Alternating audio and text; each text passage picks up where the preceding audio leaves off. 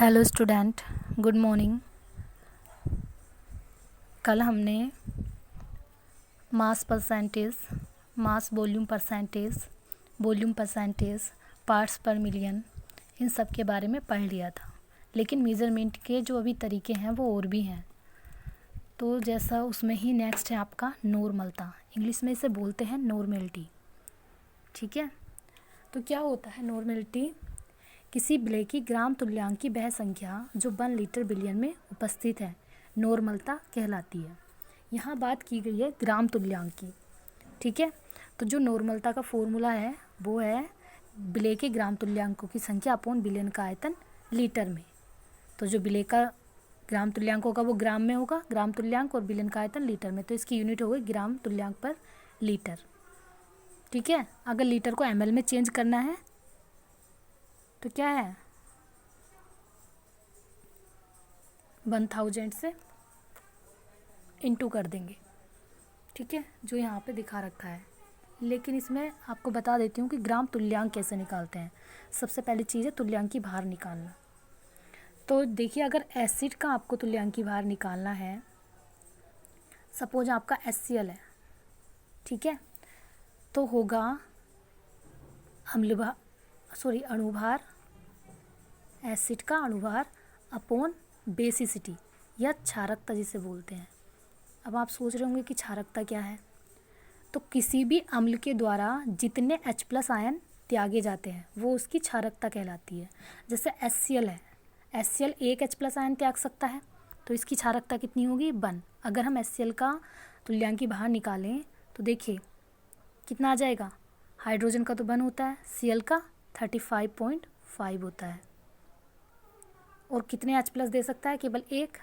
तो क्या आ जाएगा इसका? 36.5 ग्राम। ठीक है, तो इस तरीके से हम तुल्यांक की भार निकालते हैं एसिड का। उसके बाद बेस की अगर बात कर लें, बेस का तुल्यांक की भार निकालना हो तो क्या है, इसका मोलर मास, बेस का जो भी इसका मोलर मास होगा अणुभार, अपॉन एसिडिटी या अम्लता। जैसे आपने अम्ल में पढ़ा कि जो क्षारकता है वो क्या है कि अम्ल के द्वारा त्यागे गए H+ आयनों की संख्या, वैसे ही इसकी एसिडिटी क्या होता है? किसी भी बेस के द्वारा त्यागे गए OH- आयनों की संख्या। जैसे एग्जांपल आप ले लीजिए NaOH का तुल्यांक की बाहर निकालते हैं। सोडियम का कितना होता है? 23 प्लस ऑक्सीजन का 16 प्लस हाइड्रोजन का 1 अपॉन में कितने OH- आयन त्याग सकता है? केवल एक। तो कितना हो जाएगा? 7 3 10, 2 और 1 3 और 1 4, 40 इसका तुल्यांक की भार आ गया। ठीक है, तो इस तरीके से निकालते हैं तुल्यांक की भार। अब नॉर्मेलिटी का फॉर्मूला अगर आप देखो तो ग्राम तुल्यांकों की संख्या, वो भी किसके? विलय के ग्राम तुल्यांकों की संख्या अपॉन बिलियन का आयतन लीटर में। और अगर इसे ml में चेंज करना है तो ग्राम तुल्यांक इंटू 1000 अपॉन B जो आ जाएगा वो आ जाएगा ml में। मतलब आपको 1000 से भाग देनी होगी। अगर 1000 से भाग देनी होगी तो 1000 कहाँ चला जाएगा? ऊपर। ठीक है, इस तरीके से कर लेते हैं। और अगर किसी साल्ट का निकालना हो तुल्यांक की भार, साल्ट मतलब किसी भी लवण का या किसी भी कंपाउंड का, जैसे सपोज NaCl का निकालना है आपको, तो क्या करते हैं, इसका मोलर मास NaCl का मोलर मास अपॉन में टोटल पॉजिटिव चार्ज, Na पर +1 होगा तो पॉजिटिव चार्ज कितना है? 1। इस तरीके से निकाल लेंगे कि जितना भी उस पर या तो पॉजिटिव चार्ज लोगे या फिर निगेटिव चार्ज, जितना पॉजिटिव होगा उतना ही निगेटिव होगा। तो आप दोनों चार्ज में से कोई सा भी एक चार्ज ले सकते हैं। इस तरीके से आप किसी लवण का तुल्यांक की भार निकाल सकते हैं। ठीक है, अब देखिए यहाँ पे लिखा हुआ है निम्न के तुल्यांक की भार याद कीजिए, जिनमें से मैंने काफ़ी सारे आपको करा दिए हैं, बाकी आप खुद से करेंगे, समझ में आ गया होगा। ठीक है, आगे देखिए, यहाँ पे ये सारे जो हैं तुल्यांक की भार निकाले गए हैं। ठीक है, अब क्वेश्चन है आपका 4.9 ग्राम H2SO4 को जल में घोलकर बिलियन का आयतन 5 लीटर बनाया गया। अब नॉर्मेलिटी आपसे पूछ लिया है, तो अब आप ग्राम तुल्यांक कैसे निकालेंगे? ठीक है, 4.9 ग्राम H2SO4। तो चलिए करते हैं। देखिए, हम पहले नॉर्मेलिटी का फॉर्मूला लिख लेते हैं। ठीक है, जो भी भार दिया गया है बिले का, वो भार अपॉन तुल्यांकी भार, या तुल्यांकी भार ही लिख लीजिए इसे, अपॉन बिलियन का आयतन लीटर में। ठीक है, तो इस भार की वजह से ही ग्राम आया था और इस तुल्यांकी की वजह से तुल्यांकी आया था। ठीक है, तो भार इसमें कितना दे रखा है? 4.9 ग्राम। अब तुल्यांकी भार H2SO4 का निकाल लीजिए। 2 16 सल्फर के होंगे, 32 और 16 ऑक्सीजन के, और 4 हैं, 16 चौका 64।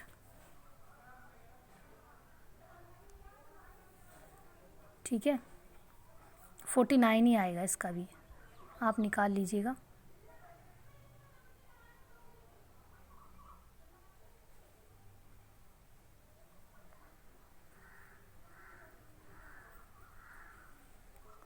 तो देखिए, फॉर्मूला मैंने अभी आपको लिख के बता ही दिया था। ठीक है, अब पहले हम H2SO4 का तुल्यांकी भार निकाल लेते हैं। ठीक है, तुल्यांकी भार कैसे निकालेंगे? H2SO4 का जो मोलर मास होगा वो 98 होगा, और इसकी क्षारकता कितनी होगी? 2, क्योंकि 2H+ आयन त्यागेगा। तो अगर आप इसे भाग करोगे तो क्या आएगा? 49। ये इसका तुल्यांकी भार है। ठीक है, 49 भार हमें दिया गया है 49। तुल्यांकी भार कितना आया इसका? 49। जो भार गिवन है वो 4.9 ग्राम है और तुल्यांकी भार आया हमारा 49। और जो हमारा बिलियन का आयतन 5 लीटर बनाया गया, 5 लीटर। ठीक है, अब देखिए यहाँ पे ग्राम में हमने जो भार दिया है वो ग्राम में दिया गया है, किलोग्राम में तो दिया नहीं है। तो बिलियन का आयतन जो है हमें किस में लेना पड़ेगा? ml में। 5 लीटर में कितने होंगे? 5000 ml।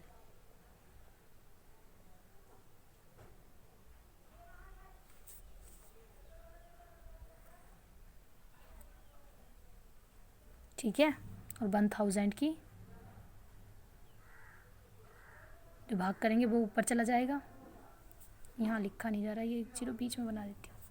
ठीक है, ये अब इसे ओवरऑल सोल्व करोगे तो आपका आ जाएगा 0.02 ग्राम।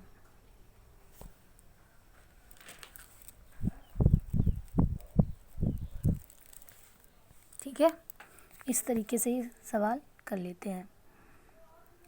नेक्स्ट है आपका मोलरता। तो मोलरता आपने पहले भी पढ़ा है कि बिले के मोलों की संख्या अपॉन बिलियन का आयतन लीटर में। मोल कैसे निकालते हैं? भार बटे अणुभार से। तो ये क्वेश्चन दिया गया है यहाँ पे, उस बिलियन की मोलरता की गणना कीजिए जिसमें 4, यहाँ पे ये जिसमें 45 ग्राम NaOH 450 ml बिलियन में घुली है। तो ये सवाल आप खुद से करेंगे क्योंकि ये टफ नहीं है इतना। अब देखिए यहाँ पे जो मेन है वो आपका आता है नॉर्मलता व मोलरता में संबंध। ठीक है, तो करना क्या है आपको, जो है नॉर्मलता का फॉर्मूला भी ml वाला लिखना है और मोलरता का भी। तो देखिए नॉर्मलता का फॉर्मूला क्या होता है? बिले के भार अपॉन बिले का इक्विवेलेंट वेट इंटू VmL, और अगर ml में लेना है तो 1000 से भाग करनी पड़ेगी जो पहुंच जाएगा ऊपर। ठीक है, सेम ऐसे ही मोलरिटी का देखिए, पदार्थ का भार मोल अगर निकालने हैं अपॉन अणुभार, और B हमें क्या में लेना है? B ml में लेना है और इंटू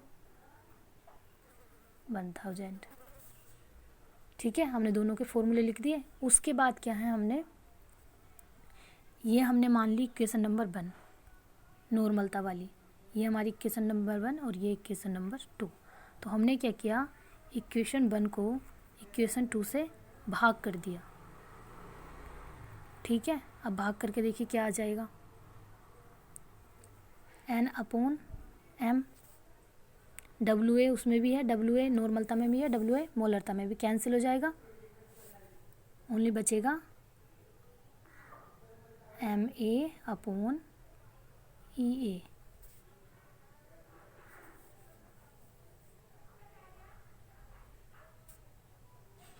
ठीक है, MA/EA, बाकी तो सब कैंसिल आउट हो जाएगा। तो क्या हो जाएगा, n बराबर आ जाएगा आपका m इंटू MA/EA। इससे आप m भी निकाल सकते हैं। ठीक है, यहाँ देख लीजिए, इसमें थोड़ा इतना कंफर्म क्लियर नहीं दिखाई देता, यहाँ पे देख लीजिए 1000 PML, ये कैंसिल, WA कैंसिल, बचा क्या यहाँ केवल m में और यहाँ पे EA। तो इस तरीके से हमारे ये फॉर्मूला आ गया। ठीक है, उसके बाद है आपका फॉर्मेलिटी जिसे बोलते हैं। तो देखिए कुछ ऐसे विलयन होते हैं, जैसे मान लीजिए कि हम कोई कंपाउंड जल में डाल रहे हैं, सपोज कर लो कि आपने NaCl डाल दिया, तो वो क्या है, जल के अंदर जाके किसी और फॉर्मूले में प्रेजेंट हो रहा है। ठीक है, जैसे Na+OH- में विदलित हो गया, या ऐसा मान लीजिए कि जैसे NaCl हमने डाल दिया था, तो वो जल के अंदर जब आपने डाल दिया तो NaCl जो है द्विलक के रूप में हो गया। द्विलक मतलब बाहर तो NaCl की फॉर्म में था, लेकिन अंदर जाके क्या हो गया, NaCl2 बना लिया, इस फॉर्म में ये उपस्थित है। ठीक है, तो ऐसे विलयनों के लिए हम क्या निकालते हैं, फॉर्मलता। इतना यूज नहीं है इसका, लेकिन बता दिया। तो क्या है फॉर्मलता, 1 लीटर विलयन में घुले विलेय पदार्थ के ग्राम सूत्र भारों की संख्या उस विलयन की फॉर्मलता कहलाती है। विलेय पदार्थ के ग्राम सूत्र भारों की संख्या अपॉन विलयन का आयतन ml में, तो अब इंटू से 1000 से हमने 1000 से डिवाइड कर दिया। देखिए कैसे, मैंने अभी बताया कि हमने NaCl अगर जल के अंदर डाल दिया तो ये जल के अंदर इस रूप में उपस्थित है। तो अब इसका जो सूत्र हुआ वो Na2 और Cl2 हुआ। अगर हम इसका सिंपली निकालते तो 23 + 35.5, तो कितना आता है, 5 8 3 2 5 58। लेकिन इसका भी आपको दुगना करना पड़ेगा, क्योंकि जल के अंदर ही वो इस रूप में उपस्थित है, जो उसका फॉर्मूला जल के अंदर होगा। तो अगर इससे 2 से करेंगे, 2 5 = 10, 2 8 = 16 और 1 17, 2 5 = 10 और 11, तो ये आएगा। ठीक है, अब इसे विलयन के आयतन 1 लीटर से भाग दे दो, तो जो आ जाएगा आपका वैल्यू। तो मतलब अगर आप नॉर्मली नमक की मोलैरिटी निकालोगे तो वो अलग आएगी, जल के अंदर निकाल लो तो वो अलग आएगी। केवल आपको समझाने के लिए बताया है, ऐसा होता नहीं है कि नमक आपका जल के अंदर ट्वाइस अमाउंट में प्रेजेंट हो, द्विलक के रूप में उपस्थित हो। ठीक है, तो यहाँ देखिए दे भी रखा है, आयनिक यौगिक जैसे CuSO4, NaCl, KNO3 आदि अणु के रूप में नहीं होते, अतः इनकी इकाई के आधार पर इनके अणुभार के स्थान पर सूत्रभार का प्रयोग किया जाता है।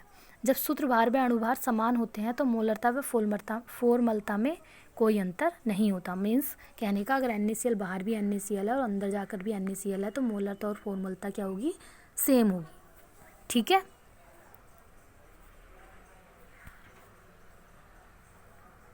आगे देखिए, कुछ विलेय जब विलायक में घोले जाते हैं तो उनका बहुलीकरण हो जाता है, परिणाम स्वरूप उनका अणु द्विलक व त्रिलक बन जाता है। मैंने यही आपको बताया था कि जल के अंदर डाला तो वो द्विलक में कन्वर्ट हो गया। ठीक है, नेक्स्ट देखिए, जब बेंजोइक अम्ल बेंजीन में घोला जाता है तो वह द्वितीय अणु बना लेता है। इसका अणुभार 122 ग्राम है, जबकि विलयन में सूत्रभार 244 ग्राम है, क्योंकि इसका डबल हो जाता है। देख लीजिए यहाँ पे दिखाया गया है, बेंजोइक अम्ल के 12.2 ग्राम को 2 लीटर बेंजीन में घोला गया। विलयन की फॉर्मलता की गणना कीजिए। अगर बाहर आप बेंजोइक अम्ल देखेंगे तो बाहर क्या होता है, C6H5COOH, लेकिन अगर जब इसे आप बेंजीन में घोल रहे हो तो ये क्या करता है, अपना द्विलक बना लेता है, मतलब 2 मोल इस अवस्था में उपस्थित होता है, तो अब उसका डबल होगा, तब इसकी फॉर्मलता निकाल ली। ठीक है, जो भी उसका सूत्र होगा विलयन के अंदर, उसी रूप में आप उसका अणुभार लोगे, उसे बोलते हैं फॉर्मलता। फिर आपका मोललता, इसे इंग्लिश में बोलते हैं मोलैलिटी।